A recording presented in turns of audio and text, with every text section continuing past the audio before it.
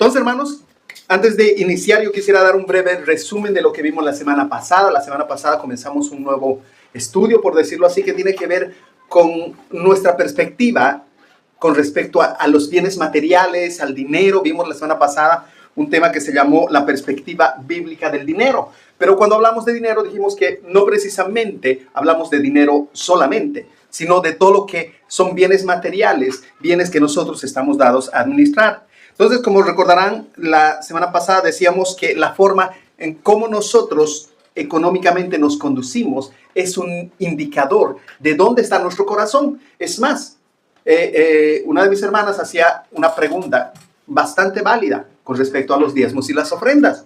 Y la Biblia nos es clara. O sea, y no estamos hablando de cantidad, sino de la actitud de tu corazón para dar. Yo me acordaba del ejemplo del fariseo y la viuda pobre. Dice que el fariseo dio para que la gente lo viera. Pero la viuda pobre dio de todo lo que tenía. Lo dio todo. Y el Señor consideró el corazón de esa mujer mucho más que el dinero que haya podido aportar el fariseo. Y quisiera leer algunas citas que nos quedaron sin decir, pero que de alguna manera nos ayudan a entender o a resumir lo que vimos la semana pasada.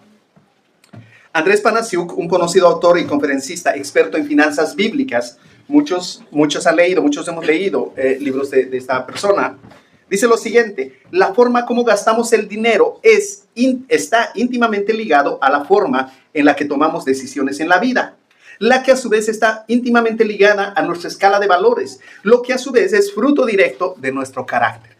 Dicho al revés, dicho de otra manera, dice que nuestro carácter va a mostrar a lo que nosotros le damos valor. Y voy a poner un ejemplo para esto. Por ejemplo, yo puedo decir, no, lo más importante para mí es mi familia. Pero muchas veces, hermanos, como decíamos hace un rato, del dicho al hecho, ¿qué dice? Hay mucho trecho. Entonces, ¿qué es lo que pasa? ¿Cómo ustedes podrían saber que lo más importante es mi familia? Muy posiblemente haciéndome la pregunta, entonces, ¿cómo administras el tiempo con tu familia? Porque yo puedo decir que lo más importante es mi familia, pero como muchos hacen acá, trabajar de sol a sombra, como se dice. Trabajar duro, tal vez con la excusa de decir, no, es que yo no quiero que a mis hijos les falte nada de lo que a mí me ha faltado cuando yo era niño, o joven, o adolescente. Y muchos se dedican al trabajo.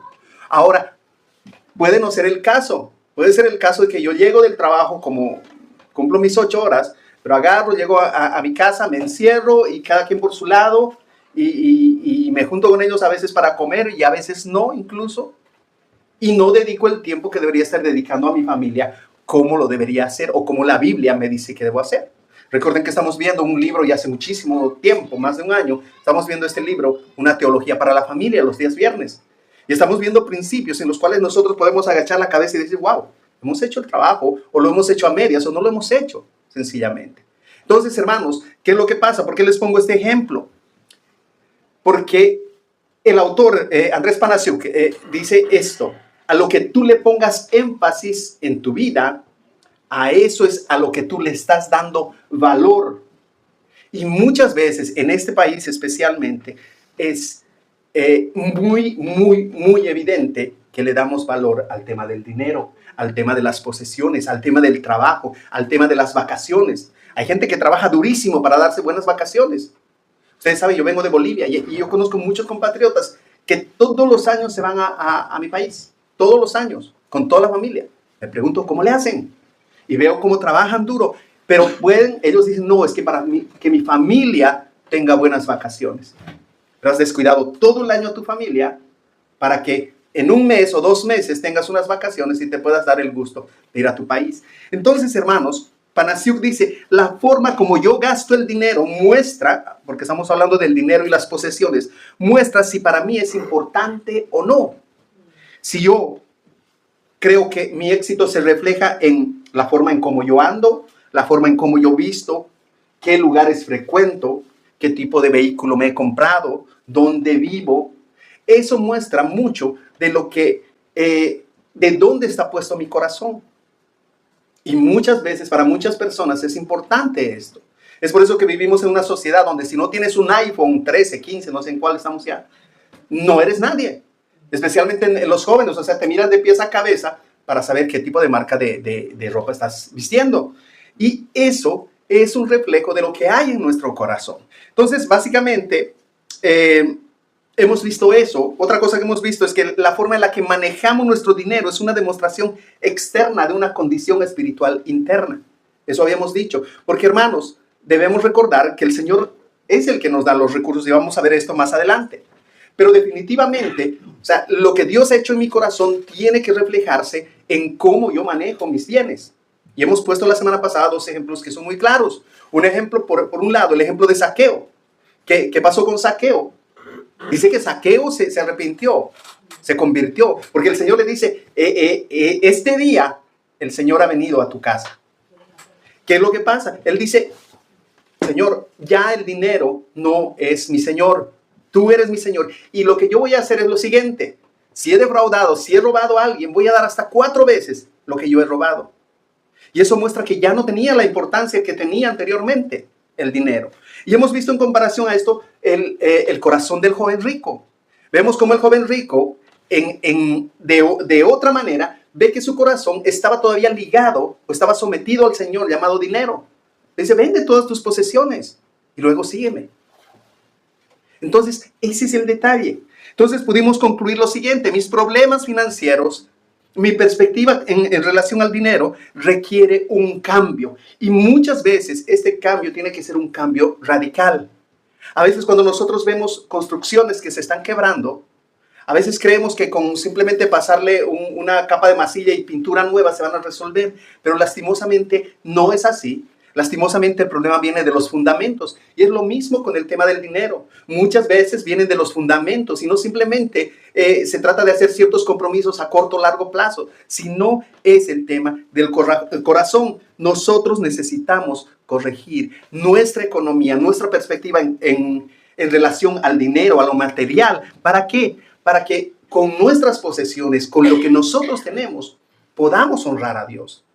La Biblia dice, todo lo que hagas, sea que comas, sea que bebas, y está hablando de cosas muy básicas que todos hacemos. Háganlo como para el Señor y no como para los hombres. Entonces, hermanos, tener dinero o más dinero no debe ser la principal motivación. Y es por eso que ahora vamos a ver 2 principios. Vamos a ver varios principios a lo largo de estas clases, pero quiero tomar 2 principios y el título es la perspectiva bíblica de lo material y su administración. Ahora, vamos a tener 2 principios que vamos a ver, que los hemos tratado la anterior semana, pero vamos a profundizar un poco más. Tener más dinero, tener más, no debe ser la principal motivación de nuestra vida. A esto la Biblia le llama avaricia. La Biblia habla mucho de esto. Es cierto que lo material en mucho nos ayuda para las necesidades fundamentales. ¿Qué pasaría si no tuviéramos dinero? No podríamos pagar un alquiler, no podríamos comprar alimento, no podríamos vestirnos. El dinero es necesario, pero es necesario para poder alcanzar incluso cosas legítimas que tenemos como un sueño. Por ejemplo, una vivienda propia. Eso está bien. Pero ¿cuánto tiempo o cuál es mi interés para poder hacer esto? No debe ser el motor nunca ni el objetivo de nuestros corazones acumular dinero para cumplir nuestros objetivos. Y Lucas nos habla de un individuo que viene a Jesús y le pide y le dice lo siguiente, le dice, maestro, dile a mi hermano que divida la herencia conmigo. Esto está en Lucas 12:13. Y Jesús les responde, dice, ¿quién me ha puesto a mí por juez o árbitro de ustedes? Lo que el Señor Jesús, en otras palabras, le está diciendo, yo no tengo nada que ver con este tipo de cosas, porque yo no he venido a esto. Es más, yo no tengo autoridad para poder exigirle a tu hermano que te dé parte de lo que ustedes han convenido. Por favor. Bueno, no sé, esas son palabras mías. No era ninguna autoridad legal al respecto. Hermanos, inmediatamente después de esto, como vimos la anterior semana, Jesús comparte una lección espiritual. ¿Qué le sigue? Ahí hay un título en sus Biblias, los que están con Biblias, hay un título que dice, el rico insensato. Y les comparte esa parábola para mostrarles la insensatez de correr tras los bienes materiales. Y nosotros, hay un libro que me encanta en la Biblia, que es el libro de Eclesiastés, que nos pone en nuestro lugar y nos hace entender lo banales que somos en este mundo, lo pasajeros que somos en este mundo. Y en esta misma parábola, el Señor Jesús le dice,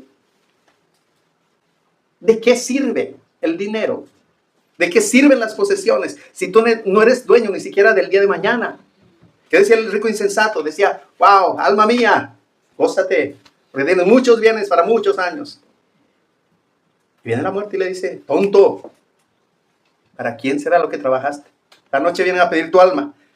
En el versículo 15 dice, mirad y guardaos. El Señor está dando la aplicación a esto. Dice, y les dijo, mirad y guardaos de toda avaricia, porque la vida del hombre no consiste en la abundancia de los bienes que posee.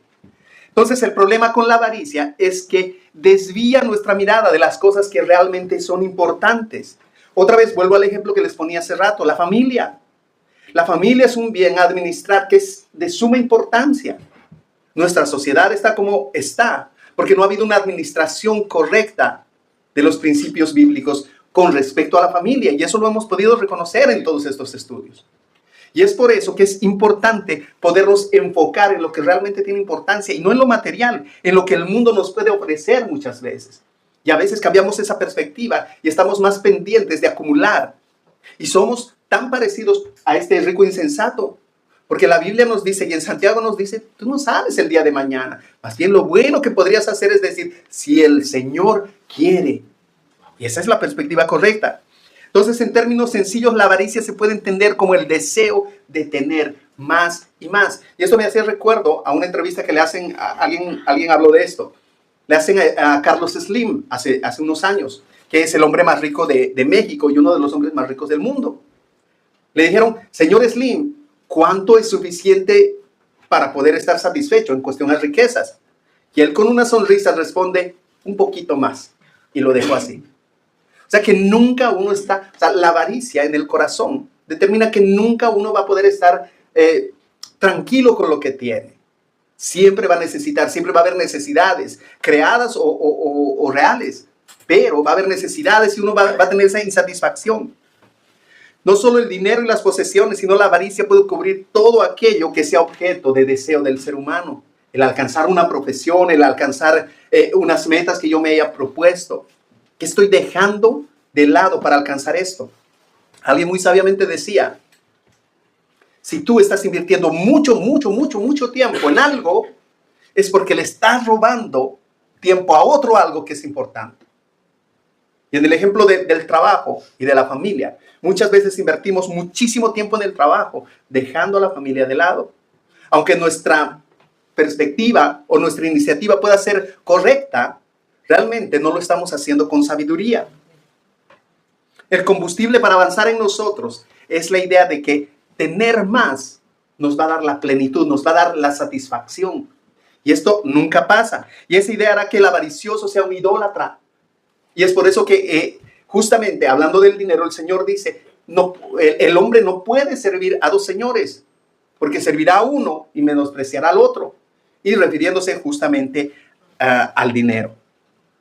En Colosenses 3:5 dice lo siguiente, haced morir pues lo terrenal en vosotros. Y miren lo que nombra, dice fornicación, impurezas, pasiones desordenadas, malos deseos y avaricia, que es idolatría. Y justamente el Señor dice, y avaricia, ¿qué es idolatría? ¿Por qué? Porque la avaricia me desenfoca de lo que realmente es importante. Y como creyentes sabemos que lo más importante en nuestras vidas debe ser Dios, en todos los aspectos. Debemos prestar atención a lo que el Señor Jesús advierte. Estén atentos, les dice en el versículo que hemos leído anteriormente. Cuídense. Y esto implica que la avaricia muchas veces viene a la vida de los creyentes. Y esto es para los creyentes de manera muy sutil. Y otra vez, podemos tener perspectivas muy sanas. Tener una casa, tener una profesión, tener cositas, como que la casa está muy vacía, quisiera llenarla. Mira, tengo esto nomás, quisiera ampliar por aquello. O voy a estudiar para poder profesionalizarme y hacer. Hermanos, todo eso está bien. Todo eso está bien. La Biblia no lo prohíbe. Pero hermanos, es importante que nosotros nos cuidemos de llegar al punto de pasar la línea, de anhelar las cosas a tal punto de desenfocarnos de lo que realmente es importante. Si no nos cuidamos, ella puede entrar en el corazón casi de manera imperceptible, sin que nosotros nos demos cuenta. Entonces el Señor considera también la siguiente advertencia. Dice, porque aun cuando alguien tenga abundancia, su vida no consiste en los bienes. Otra vez, volviendo a Eclesiastés. Cuando el autor de Eclesiastés dice, vanidad de vanidad, usa la palabra Hebel, Hebel. Todo es Hebel, todo es humo, todo es un gas por el cual tú estás corriendo en esta vida. Y eso me hace recuerdo, hay una imagen que circula por internet, una imagen de un hombre que está corriendo tras del dinero. Cuando llega a alcanzarlo, lo alcanza ya de viejo y dando un paso más está un precipicio. Ha corrido durante toda la vida para alcanzar el dinero, pero inmediatamente la vida se le acaba. Hermanos, hemos visto hace un par de semanas justamente la importancia del cuarto mandamiento, de guardar el día del Señor. Lo hemos visto ampliamente, hemos hablado mucho de esto, pero justamente volviendo al tema de los 10 mandamientos de la ley moral del Señor, en Éxodo 20:17 nos dice, no codiciarás. Pero hermanos, en otras palabras, el Señor nos está diciendo justamente esto, no desearás más y más, aparte de lo que tienes. Eso es lo que está diciendo. Pero lo sorprendente de esto, que si nosotros leemos, no matarás, nosotros sabemos que si matamos vamos a tener no simplemente un pecado en contra de Dios, sino que la ley nos va a meter a la cárcel por asesinos. No robarás lo propio. Pero cuando nosotros pensamos en el no codiciarás, a veces a las personas codiciosas, a veces a las personas que tienen visión de futuro, se las alienta. Es una persona ambiciosa. Dice, aquel que quiere trepar en una empresa, por ejemplo, rápido, que quiere escalar puestos rápido. Y el mundo te impulsa a eso. Pero ¿qué dice la Biblia? No codiciéis. No seáis avaros. Eso es lo que está diciendo. Y muchas veces nosotros, así como el cuarto mandamiento, pensamos que este mandamiento de no codiciarás, como que no es tan malo. ¿Sí nos damos cuenta? A veces sí codiciamos, a veces sí miramos al frente y decimos, wow, pero ¿cómo es posible? Y esto es parte de la avaricia. ¿Cómo es posible que al hermanito tantos le vaya tan bien? Si yo conozco su vida, ese es un flojo. Se levanta tipo 8 de la mañana y ni siquiera trabaja bien. En cambio yo, que soy tan bueno, que me levanto 5 de la mañana todos los días y trabajo duro, no tengo lo que él tiene. Y muchas veces mi corazón se va llenando de avaricia y de envidia en comparación a las cosas que otra persona tiene. Entonces, la palabra de Dios, por supuesto que no nos limita, es más, aplaude a una persona que sea iniciativa, que sea un buen trabajador, que busque la excelencia en todo. Por eso yo comenzaba hace un rato diciendo, todo lo que hagan, háganlo como para el Señor y no como para los hombres. Y eso quiere decir, háganlo con excelencia. Pero lo que no aplaude es que creas que acumular y tener logros va a llenar tu vida, va a llenarte, va a darte ese valor que te falta. Va a hacerte una persona plena. Y eso no va a pasar. Cuando nosotros nos vamos a Mateo nos entrega una parábola, que es la parábola del sembrador, que nosotros conocemos, donde Jesús cuenta la historia de un sembrador que dice que esparció semilla, que la semilla cayó en diferentes partes, en diferentes terrenos. Y la semilla representa la palabra de Dios cuando fue esparcida. Y una parte dice que cayó en el camino y otra cayó entre los pinos. Otra cayó entre piedras y la última cayó en tierra buena. Según Jesús, la semilla que representa la palabra de Dios, que cayó entre espinas, no dio fruto alguno porque fue ahogada por el afán, por esas espinas que muchas veces nos perjudican. Y hablamos la semana pasada. Hermanos, oren por favor. No tengo trabajo. Oren para que el Señor me provea de trabajo. Oramos. El Señor provee de trabajo a la persona que necesita. No lo vemos más. ¿Cuántas veces nos encontramos? Pero hermano, ¿qué pasó? No, hermano, te cuento que he encontrado un buen trabajo. Pero no me da tiempo para ir a la iglesia, lo siento. No me da tiempo para congregarme. Es como decir, Dios me ha dado el trabajo, pero no me da tiempo para agradecerle. Más o menos suena así. Entonces, hermanos, debemos entender de que los bienes están para honrar al Señor. Si la riqueza, Panasiuk dice lo siguiente: si la riqueza fuera una persona y diera un discurso, ¿qué crees que nos diría? Él dice, responde, yo creo que nos diría, yo te puedo llenar y dar valor. Si me tienes a mí, lo tienes todo y lo puedes todo. Si me tienes más, la gente te respetará más y te buscará. De hecho, si me tienes a mí, eres más que los demás. Hermanos, y esto es cierto, porque muchas veces cuando tenemos dinero, ¿cuántos de nosotros no hemos sentido esa seguridad? ¿Cuántos de nosotros hemos dicho, pero no está mal que ahorre? Por supuesto que no. Pero que ese no sea tu objetivo por encima de cosas mucho más importantes. Porque es el Señor, y lo vamos a ver más adelante, hay un versículo que dice que es el Señor quien enriquece y es el Señor quien empobrece. Vamos a ver esto más adelante. Salomón, uno de los hombres más ricos y más sabios de la historia, dijo lo siguiente, y este es en el libro de Eclesiastés, dice, el que ama el dinero no se saciará de dinero, y el que ama mucho tener no sacará fruto. Y añade, también esto es vanidad, también esto es humo. Eso es lo que está diciendo.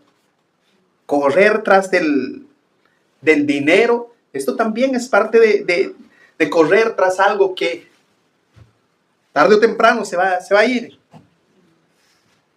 Entonces, alguien ponía este ejemplo y decía, la avaricia es como estar en medio del mar con mucha sed e intentar satisfacer tu sed con agua de mar, con agua salada. Entre más agua tomes, más sed vas a tener por razones obvias.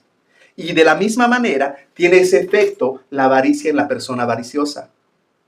Hay personas, hermanos, que incluso, yo les contaba, incluso yo conozco personas que hasta el semblante les cambia. ¿Por qué? Porque están siempre mirando de dónde sacar más dinero. O están siempre, y si tienen dinero, están pendientes de que nadie se acerque para robarles. Y están ahí, están pendientes, y no, se me está acercando para robarme. Esto pasa. Entonces, en otro pasaje, Pablo le escribe a su hijo en la fe, a Timoteo, y le dice, porque a los que quieren enriquecerse caen en tentación y lazo y en muchas codicias necias y dañosas, que hunden a los hombres en destrucción y perdición. Porque raíz de todos los males es el amor del dinero, el cual codiciando algunos se extraviaron de la fe y fueron traspasados de muchos dolores. Entonces aquí Pablo expone que el deseo de enriquecerse es tóxico. No dice que los ricos estén intoxicados. Él no está hablando de la riqueza, sino del deseo desmedido de enriquecerse, de buscar por todos los medios posibles mejorar la condición económica. Según el apóstol Pablo, dice, el que desea riquezas cae en muchos deseos necios y dañinos. Dicho deseo conduce a la persona a una serie de decisiones que eventualmente van a traerle consecuencias de ruina y perdición. Hermanos, muchos hombres comenzaron con el deseo de ser ricos y lo lograron, pero perdieron a sus familias, perdieron lo más importante. Hace un tiempo yo veía una película, se llama Lamborghini, que es del creador de esta línea de autos de alta gama. Él, por su deseo, por su ambición de hacerse conocer, no quería ser rico, solo quería ser conocido. Dejó lo más importante, dejó a su familia. Su esposa, cuando dio a luz, murió. Esto le causó muchísima depresión, porque él tenía que haber estado con ella. Pero ¿qué es lo que pasa? Él se dedicó completamente en alma, cuerpo y espíritu a su empresa y la sacó adelante por un tiempo por encima de marcas como Ferrari. Al final de sus días, el hijo era un desconocido para él. Ese hijo por el cual su esposa había muerto era un desconocido y trata de acercarse al hijo. El hijo le dice, no te necesito, nunca te he necesitado y no te necesito ahora. Muchas veces, hermanos, en nuestro intento por tener más dinero, lo único que no hacemos es disfrutar de lo que realmente vale la pena.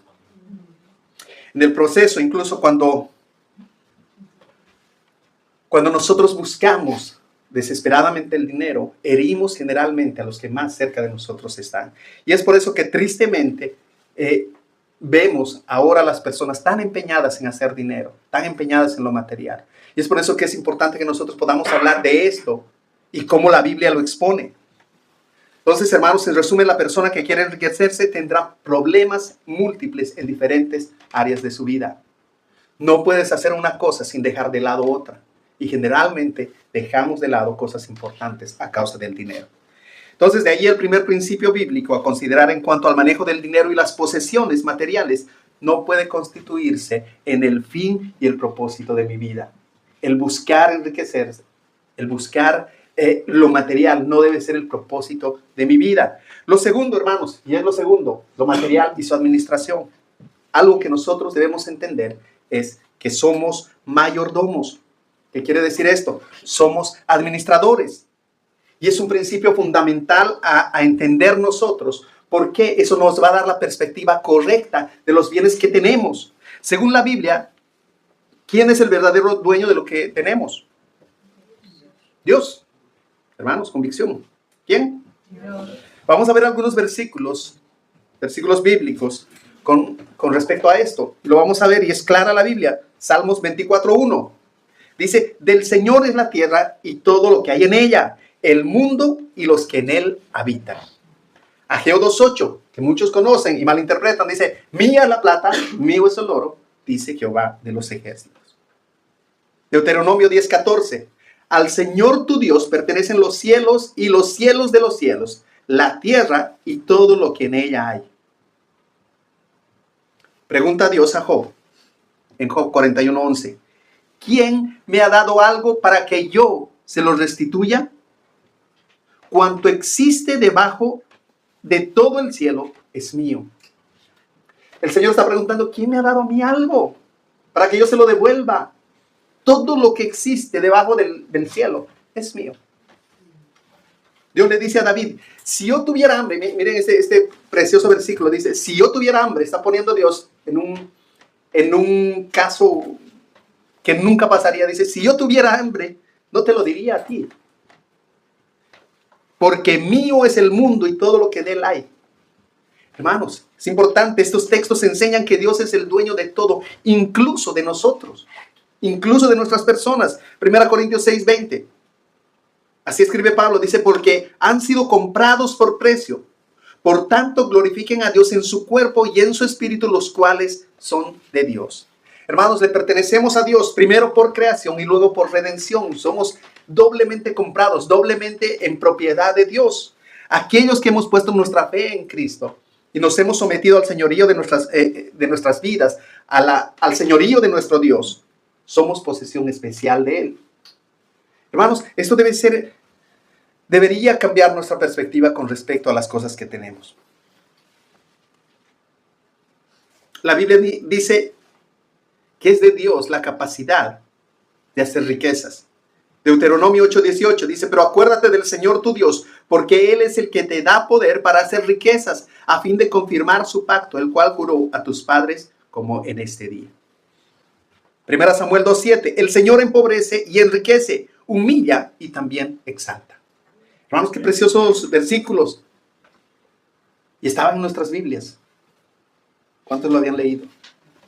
Creo que todos, por lo menos muchos. Pero ¿cómo lo entendemos? Cuando nosotros entendemos de que nada nos pertenece, de que nada es algo que sea propiedad de nosotros. Cuando estudiamos otra vez el tema de los hijos en nuestro estudio de una teología para la familia, muchos de nosotros reconocemos que nuestros hijos ni siquiera son propios. Somos administradores de nuestros hijos, administradores para poder enseñarles las verdades del Evangelio. Ese es nuestro propósito.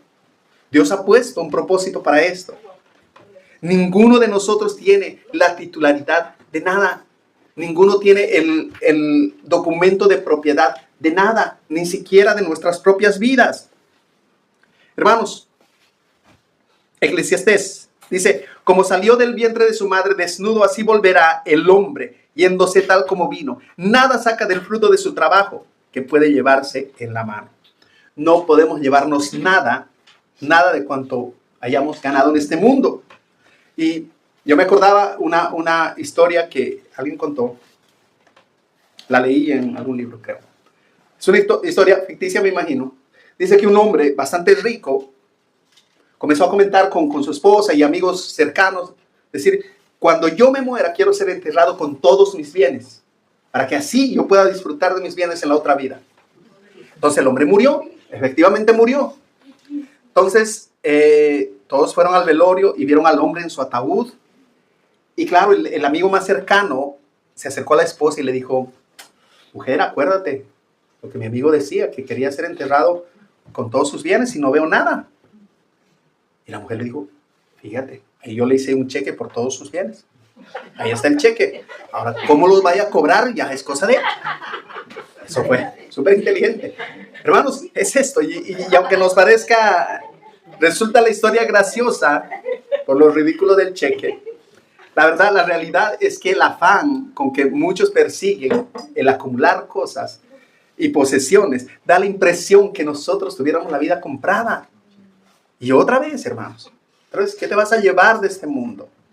Y otra vez, quiero leerles otra vez el versículo de Eclesiastés. Me gusta muchísimo este versículo en Eclesiastés. Bueno, está más arriba, perdón. Pero hermanos, no nos vamos a llevar nada.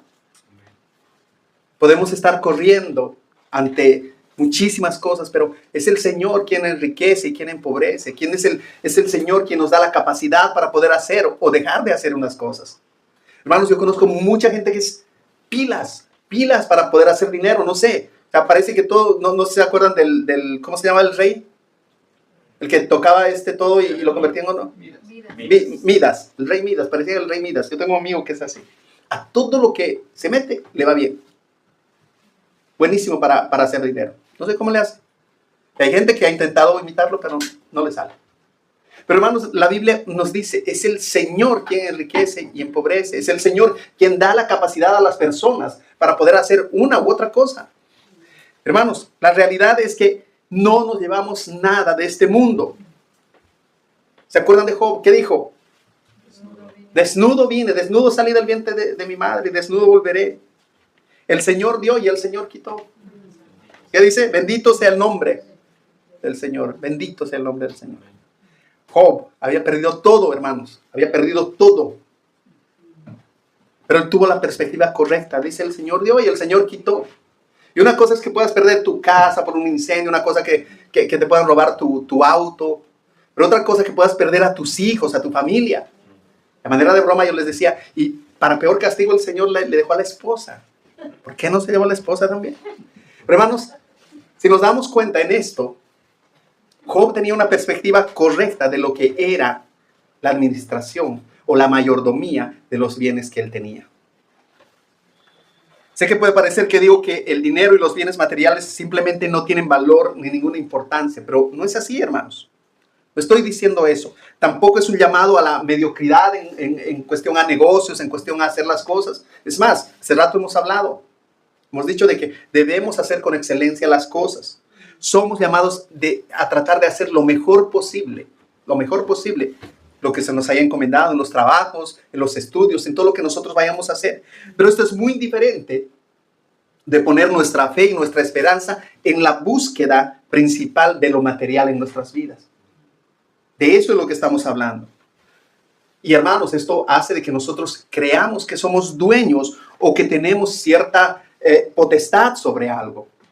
Hermanos, yo creo que un ejemplo muy claro es cuando, bueno, ya en estos tiempos no pasa, pero antes cuando uno iba al banco, ¿qué pasaba? Uno llenaba un formulario o presentaba un cheque y podía cambiar el dinero. Imagínense que yo vaya con un cheque y quiero cambiar $1,000. Y la cajera me diga, no le puedo dar, va a disculpar, no. ¿Pero por qué? Si es mi dinero, si es algo mío. O sea, en ningún momento la cajera o el cajero podría negarme algo que es mío. Y es justamente lo que nosotros muchas veces hacemos. Un mayordomo es alguien que por delegación de alguien está llamado a administrar esos bienes. Que está llamado a darle un buen uso a los bienes, sean muchos o sean pocos los que tiene. Pero está llamado a administrar de manera sabia. Y el Señor nos da sabiduría, incluso en el trato con nuestros hijos, en la educación de nuestros hijos. Nosotros solo somos mayordomos, solo somos administradores. Miren cómo David lo dice al hablar del ser humano. Sin embargo, lo has hecho un poco menor que los ángeles y lo coronaste de gloria. Tú le haces señorear sobre las obras de tus manos. Todo lo has puesto bajo sus pies. Eso está en Salmos 8, del 5 al 6. Entonces, cuando David se refiere al ser humano, inspirado por el Espíritu Santo, dice que el Señor nos ha hecho menores que los ángeles. Y este es un gran privilegio, hermanos. Tenemos menos poder que ellos, pero nos ha hecho semejantes. Hay algo que nos distingue, que nosotros, los seres humanos, hemos sido creados a imagen y semejanza de Dios. Eso es lo que nos está diciendo este versículo. Y es lo que el Señor mismo dijo en Génesis 1:28. Nuestras facultades humanas son reflejo de quién es Dios. Y en ese sentido hemos sido coronados de gloria y de majestad como seres humanos. El mandato al día de hoy es de que sigamos en ese proceso de sojuzgar la tierra, de administrar la tierra y todos los bienes que nos han dado. El pasaje añade, tú, le dice a Dios, le haces señorear sobre las obras de tus manos. Todo lo has puesto bajo sus pies. Es exactamente lo que dice Génesis 1:28. Y los bendijo Dios y les dijo: fructificad y multiplicaos, llenaos la tierra y sojuzgadla, señoread sobre los peces del mar y en las aves de los cielos y en toda bestia que se mueve sobre la tierra. Dios nos dio la tierra para gobernarla, pero con la perspectiva correcta de que solamente somos administradores de los recursos que el Señor nos ha dado. Y es por eso que cuando nosotros tenemos esa perspectiva correcta, ya no corremos tras del humo, ya no corremos tras de cosas que sabemos que el día de mañana pueden estar o ya no estar, según la voluntad del Señor. Quiero mostrarles un ejemplo de mayordomía para entender de manera más clara y práctica este concepto. En los últimos capítulos de Génesis vemos, no sé cuántos conocen la historia de José.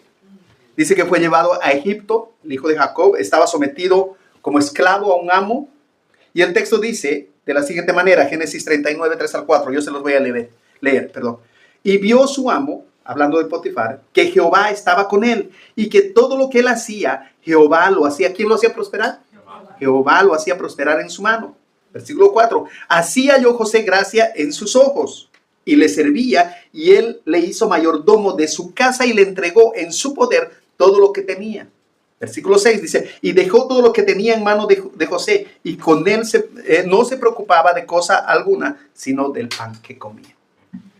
Esa es la manera práctica en la que nosotros podemos ver cómo se ve alguien que es un buen mayordomo, un buen administrador de las cosas y de los recursos que se nos han dado.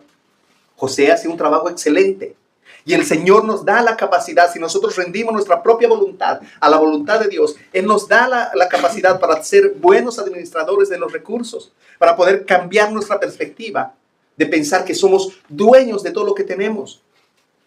Todo estaba en manos de José y su amo dice que no se preocupaba de nada más que del pan de que comía. José era un buen mayordomo porque se encargaba correctamente de todo lo que debería hacer. Entonces, hermanos, ¿cuáles son las implicaciones prácticas para nosotros como mayordomos de Dios? Y lo que quiero hacer es tomar 7 puntos, 7 actitudes que se espera de un buen mayordomo para los que están tomando apuntes. Primero, confía en la provisión del Señor. El Señor Jesús enseña en el Sermón del Monte lo siguiente, dice: miren a las aves del cielo, que no siembran ni ciegan, ni recogen en graneros, y vuestro Padre Celestial las alimenta. Pregunta: ¿no valéis vosotros mucho más que ellas? ¿Y quién de vosotros podrá, por mucho que se afane, añadir a su estatura un codo? Y por el vestido, ¿por qué os afanáis?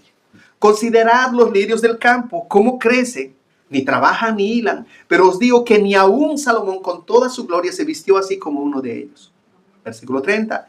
Y si la hierba del campo, que hoy es y mañana se echa en el horno, Dios la viste así, ¿no hará mucho más con vosotros, hombres de poca fe? Pregunta. No os afanéis, dice el Señor, pues diciendo: ¿qué comeremos o qué beberemos o qué vestiremos? Porque los gentiles buscan todas estas cosas, pero vuestro Padre Celestial sabe que tenéis necesidad de todas estas cosas.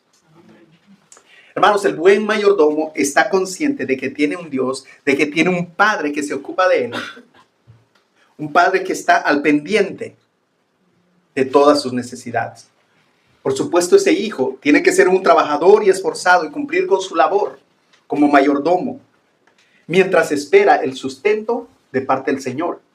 Eso no quiere decir que nosotros debamos echarnos a esperar que las bendiciones nos caigan del cielo. Debemos ser diligentes en las cosas que hacemos, pero no poner nuestras esperanzas en nuestras propias fuerzas. Y esto es muy importante que lo podamos entender, hermanos. Y esto nos va a dar una perspectiva correcta de las cosas que tenemos que hacer. Y estos pasajes nos muestran, dice: ¿cómo es posible? ¿Acaso tú no vales más que uno de esos pajaritos que hay? ¿O los ves preocupados? Dice, ¿por qué van a comer o qué van a vestir? O los lirios, dice, ni siquiera Salomón con todo su esplendor se vistió de la misma manera. Entonces, hermanos, confiar en Dios es decir: Señor, pongo en tus manos mi provisión, pongo en tus manos las cosas que yo necesito porque confío en ti. El poder hacer las cosas en mis propias manos, lo único que hace es mostrar una desconfianza de que Dios pueda proveer. Ahora hay un tema que es bastante complicado, que lo vamos a ver más adelante, perdón, hermano. Punto número 2, está contento o estate contento con lo que tienes. Ahora, hermanos, se espera contentamiento de un buen mayordomo, porque Dios, quien asigna los recursos y lo hace con sabiduría, puede darte o dejar de darte. Pero la Biblia nos habla de que debemos estar contentos. Hemos de estar contentos con lo que el Señor nos dé, entendiendo que la porción que Él nos asigna es justa. Muchas veces, hermanos, nos esforzamos para cumplir ciertas metas y a veces no las alcanzamos. Y es porque el Señor conoce nuestro corazón y sabe que si nos da un poquito más de lo que tenemos, nos vamos a desviar. En su carta a Filipenses, Pablo deja ver en qué consiste el contentamiento y dice lo siguiente. Filipenses 4, del 11 al 13, dice: no lo digo porque tenga escasez, pues he aprendido a contentarme cualquiera sea mi situación. Sé vivir humildemente y sé tener abundancia. En todo y por todo estoy enseñado. Así para estar saciado como para tener hambre. Así para tener abundancia como para padecer necesidad. Y ahí el versículo tan famoso que dice: todo lo puedo en Cristo que me fortalece. Entonces, hermanos, Pablo dice que ha aprendido. Eso quiere decir que no es algo natural en nosotros. Que no es algo que viene porque sí. Pablo había aprendido a estar contento con la situación que estuviera. Si tuviera escasez, estaba contento. De eso no dependía su gozo. Yo me acuerdo mucho de uno de los versículos de esta semana. Ustedes saben que tenemos meditaciones diarias que se comparte por el grupo. Y hay un versículo que dice: por tanto, deleítate en el Señor, dice, y Él cumplirá las peticiones de tu corazón. Pero ¿cuál es el principio básico de esto? Para yo estar contento, el poder encontrar deleite en Dios y en lo que Él me ha dado. Si yo no encuentro deleite en Dios, siempre voy a estar mirando al frente, siempre voy a estar mirando al lado, siempre voy a estar pendiente de lo que unos tienen y yo no tengo. Y es por eso que es importante que podamos entender a qué se refiere Pablo, a qué se refiere la Biblia con el contentamiento. De hecho, la falta de contentamiento puede ser un mal tanto en el pobre como en el rico. Porque, otra vez, ese ejemplo que les ponía de Carlos Slim. Él es rico, pero todavía no estaba contento, no era suficiente lo que él tenía. Y muchas veces, hermanos, estamos descontentos, independientemente de la situación que nosotros tengamos. Esto muestra, como ya hemos dicho, que el problema no es la cantidad, sino el corazón. Más adelante vamos a profundizar en el tema del contentamiento, pero por ahora el punto es entender que si somos avariciosos, no importa cuánto tengamos, vamos a vivir descontentos. Vamos a vivir descontentos. Así que, hermanos, yo creo que unas de las preguntas que podríamos hacernos es: ¿qué tan contento te sientes con lo que Dios te ha dado? Y eso es un análisis para cada uno de nosotros. ¿Qué tan contento te sientes con lo que Dios te ha dado? ¿Te quejas con frecuencia de las circunstancias en las que Dios te ha puesto? Porque, hermanos, estamos llamados a gozo. Estad siempre gozosos, dice Pablo. Y lo dijo desde una cárcel con un cepo en los pies.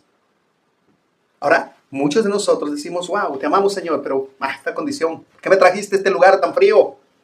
Miami era la clave, Señor.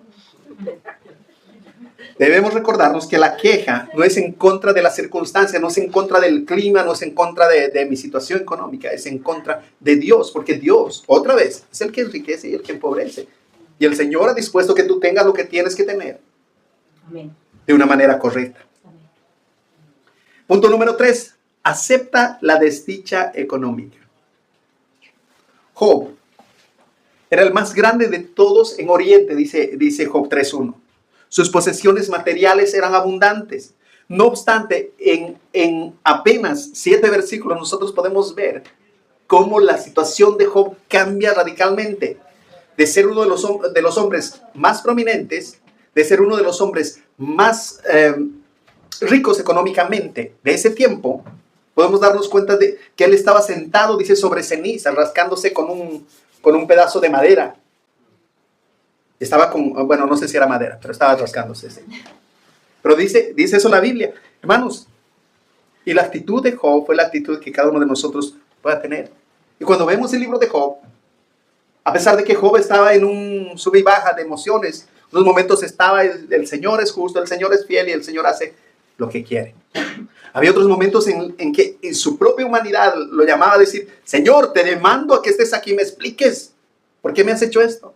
Pero hermanos, qué precioso es cuando el Señor, y yo siempre resalto esto, cuando el Señor se presenta delante de Job y no le da una explicación, no le dice, mira, Job, te hice esto porque esto, así.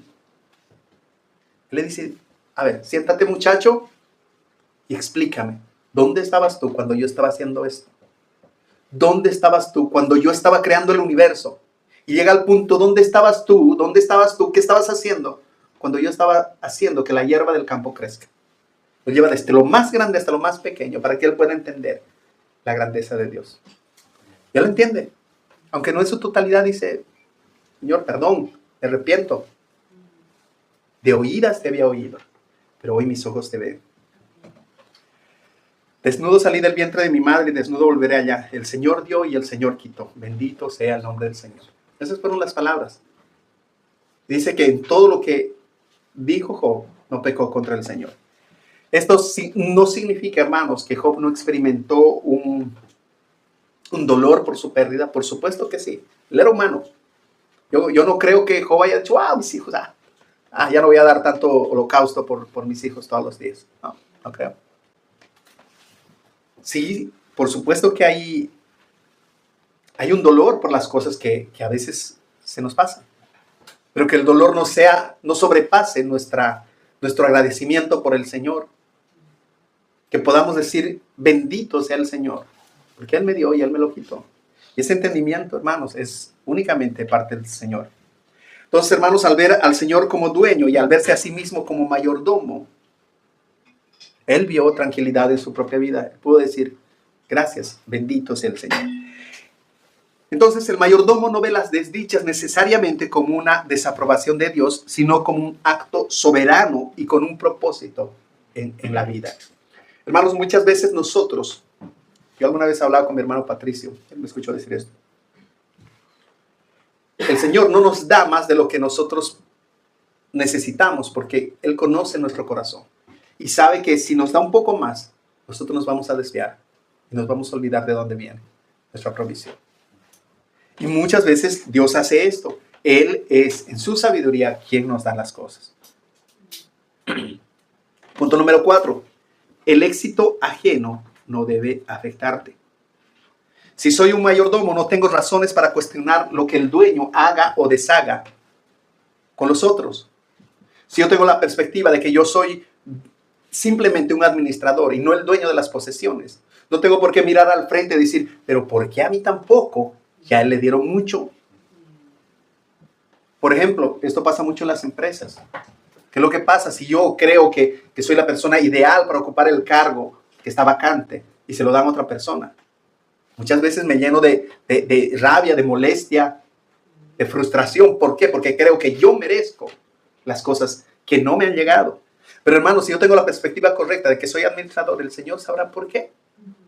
La envidia es, a fin de cuentas, un cuestionamiento a los designios de Dios para con el resto de las personas.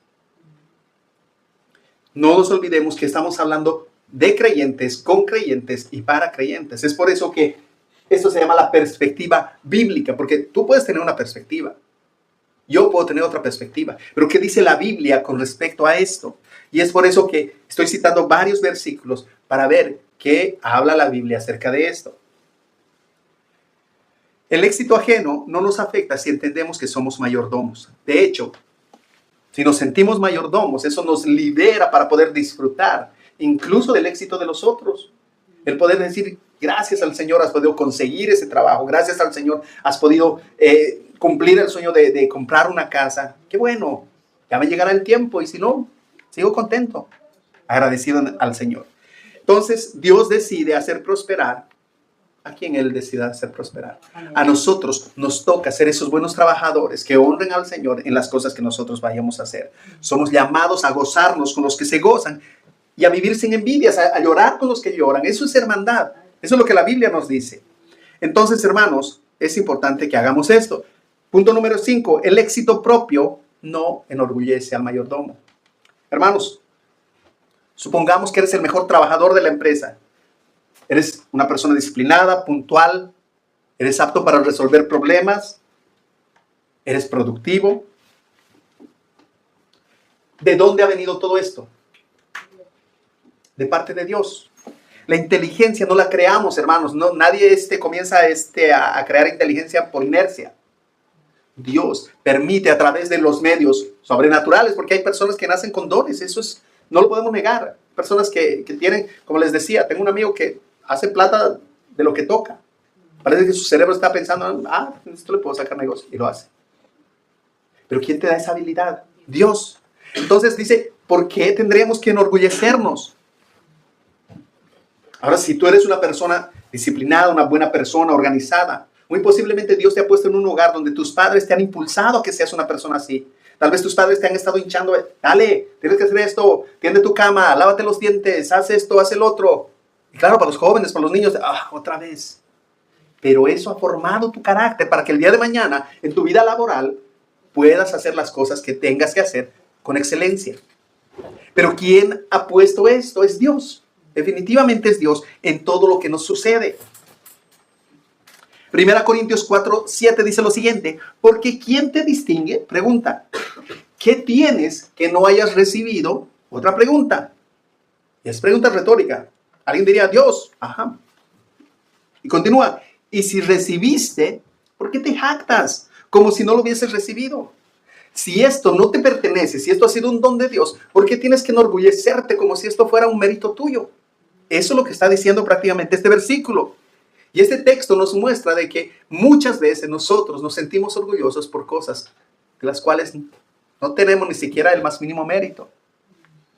Muchas veces hemos hablado desde este mismo lugar. Hermanos, que por la gracia del Señor Dios ha puesto a personas para que podamos enseñar, para que se pueda predicar. Pero, ¿qué hay de bueno en nosotros? Nada. Y hay algo que el Señor enseñó. Dice, al siervo que se le pide que haga una cosa y la hace, debe ser un siervo inútil. ¿Por qué? Porque no está haciendo nada extraordinario. Está haciendo lo que debería hacer. Por eso cuando mis hijas me dicen, he sacado buenas notas, ¿qué me he ganado? Nada. ¿Por qué? Porque eso es lo mínimo que deberían hacer. O sea, para eso van a la escuela. Es como si yo llegara a la casa y diría, wow, me ha ido bien en el trabajo, me han felicitado. ¿Qué es la comida? ¿Algo especial? Y después, ¿sabes? No, arroz con huevo, como todos los días. Como siempre. Pero, hermanos, a lo que me refiero es esto. A que, hermanos, debemos estar conscientes de que nosotros somos administradores, incluso en las cosas que el Señor ha puesto como la habilidad de poder hacer las cosas. Y no tenemos motivos para sentirnos orgullosos. ¡Wow! Y no me acuerdo si es John Wesley. Creo que sí es John Wesley. Y este es un ejemplo muy, muy bonito. Un día dice que John Wesley tuvo que ir a predicar lejos. Y alguien vino y le dijo, John, tu casa se ha quemado. Entonces él dijo, no, mi casa no se ha quemado, es la casa del Señor. Wow, Señor, algo menos de lo que preocuparme. Y esa es la perspectiva que deberíamos tener. No digo, no, mi casa, ¿y ahora dónde voy a vivir?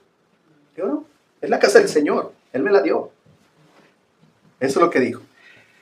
Entonces, hermanos, recordemos que todo lo que tenemos, todo, absolutamente todo, la habilidad, el esfuerzo, todo lo que tenemos, es simplemente la voluntad soberana de Dios, a quien le pertenecen todas las cosas. Número 6. Comparte intencionalmente. Y voy a irme rápido porque esta clase, 11 y 6. Comparte intencionalmente. ¿Qué quiere decir eso? Muchas veces nosotros en este país hemos aprendido a compartir. ¿Pero qué compartimos? Lo que ya no nos entra. Mis tallas S. Esas las comparto porque ya no, ya este cuerpo ya no es de ese.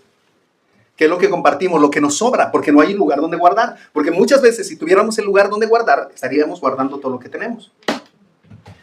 Debemos ser intencionales en compartir, de que haya un corazón dispuesto a compartir con el resto, no lo que te sobra simplemente. Está bueno que lo hagas, sino también aquello que es parte de lo que tú vas a usar. Hermanos, debemos compartir. ¿Por qué? Porque los bienes no son de nosotros. Y si el Señor nos da más, no es para que acumulemos más, nos da más para que podamos compartir más con aquellos que necesitan. Ese es el propósito. Número 7. Ten en cuenta que como mayordomo rendirás cuentas. Hermanos, por definición, un mayordomo sabe que un día, en algún momento, va a tener que rendir cuentas. que simplemente ha sido un administrador por un tiempo largo o corto, pero que va a tener que rendir cuentas al dueño de esos bienes, de esas cosas, de esos objetos, de esas personas que Dios le ha dado. Y en nuestro caso vamos a rendir cuentas por todo lo que nosotros hemos hecho. Incluso por el tiempo. Alguien decía, hermano, usa bien tu tiempo, porque vas a rendir cuentas incluso por eso. Alguien decía, tenemos 24 horas al día, de las cuales 8 aproximadamente nos pasamos en el sueño. 8 la pasamos trabajando. ¿Qué hacemos con el resto de las 8? ¿Cómo administramos nuestro tiempo? Dios le va a pedir cuentas al mayordomo y el mayordomo va a tener que dar cuentas en su debido momento. Aquellos que han sido expuestos al Evangelio, Dios, no van a poder tener una excusa delante de Dios. Has estado expuesto al Evangelio todo el tiempo. Has escuchado las verdades de mi palabra, pero aún así has endurecido tu corazón. Debemos ser fieles, hermanos, en la administración de nuestros bienes. Que lo material y su administración estén regidos por la palabra de Dios. Y que si nosotros tenemos apego a lo material, podamos orar constantemente delante del Señor para que Él pueda cambiar nuestras prioridades, que pueda cambiar nuestra manera y perspectiva de ver las cosas. Y otra vez, eso viene de un cambio radical en el corazón del ser humano. Amén.